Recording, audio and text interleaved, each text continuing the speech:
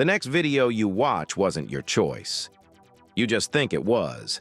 This is about the quiet architecture that predicts your desires and then sells them back to you as your own. You felt it. That strange sense of recognition for something new. A recommended song, a suggested article, a video that appears from nowhere. It feels less like a discovery and more like an echo. A thought you haven't had yet, being played back to you. It's a perfect fit, almost too perfect. It's easy to call this laziness, a lack of discipline, but that misses the point entirely. This isn't a weakness in your character.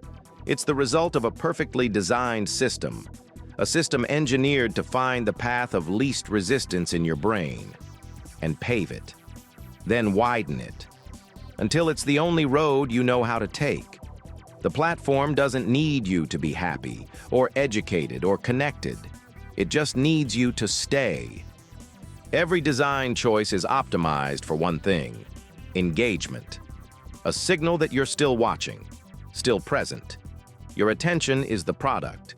Your satisfaction is just a temporary cost of doing business. And so, it trains you, quietly. It learns from every hesitation, every scroll past, every time your thumb pauses for a fraction of a second.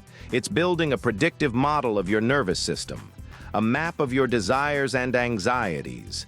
Then, it just plays you the song it knows you want to hear. Over and over. Think about the last time you were truly tired. Not sleepy, just depleted. You opened an app. You didn't know what you wanted. The algorithm did. It showed you something simple, something comforting, a small, reliable dopamine hit. You didn't choose it. You were guided to it. And in that moment of exhaustion, you were grateful for the guidance. It starts with what you watch. Then it's the news you read. Soon, it's the kind of people you see, the opinions you encounter. The world begins to feel smaller, more coherent, safer. It's not your world anymore. It's a reflection of the data points you've been feeding the machine, a filter bubble that feels like reality. You've probably noticed it. Everyone online starts making the same joke, using the same new phrase, voicing the same opinion all at once. It feels like a massive, spontaneous, shared cultural moment. But it's not. It's a shared signal, algorithmically amplified and distributed for maximum engagement. A manufactured consensus that feels organic. The system escalates. It stops just predicting your clicks. It starts suggesting your identity. Here is a tribe. Here are its beliefs. Here is how its members talk and think.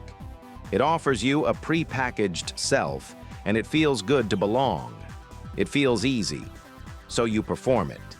It's the ultimate confirmation bias, not for an idea, but for a person you're becoming. And once it gives you an identity, it can give you an enemy, for free. It doesn't show you a nuanced counter-argument. It shows you the most extreme, outrageous version of the other side. Not because it's representative, but because it generates a stronger signal. Outrage is the most reliable form of engagement there is. So you decide to leave, to log off, to disconnect from the machine. But the silence is deafening. The world feels slow. You feel out of the loop, irrelevant. The system has made itself the center of social reality. To leave it is to accept a kind of exile, and most of us are not built for that kind of loneliness. That's the trap. We tell ourselves we want freedom, surprise, the unexpected. But what if we secretly crave the opposite? What if we want to be known, to be predicted? The algorithm offers a frictionless existence, a comfortable cage built from the bars of our own preferences. It is a prison designed by the prisoner who doesn't even know they're incarcerated. It never had to force you. It never needed a command. All it ever needed was a million tiny suggestions, a million gentle nudges in a calculated direction. It just changes the slope of the floor, ever so slightly. until you're rolling downhill, convinced you chose the destination yourself. The system doesn't care if you're happy. It doesn't care if you're informed.